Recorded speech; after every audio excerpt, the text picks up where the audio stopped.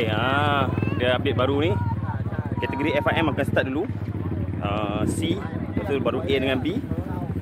Last sekali dalam tengah hari tu baru kategori untuk adventure lah. Kita punya prosedur start awal sikit. Kalau kata total aku start nombor 96, jadi nombor 40 lebih nanti sekarang. Kita tunggu sekarang pukul 9.30 baru. Kita start pukul 10. Tunggu habis kategori kapcai, skuter apa semua ni.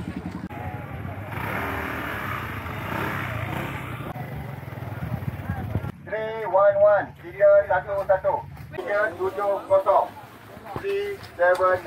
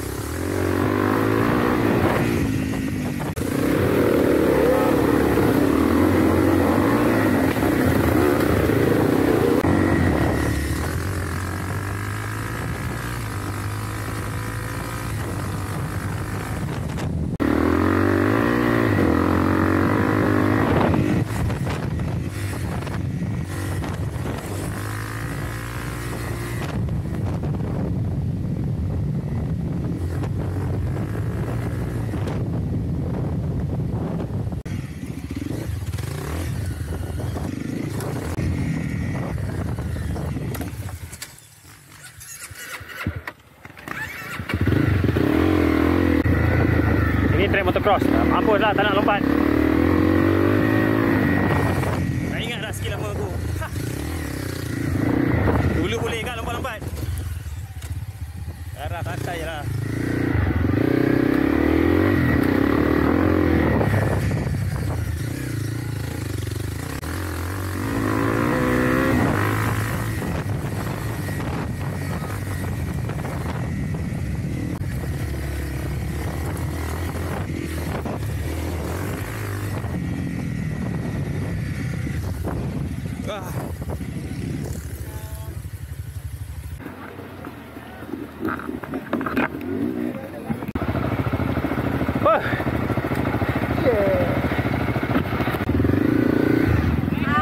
Okay, thank you.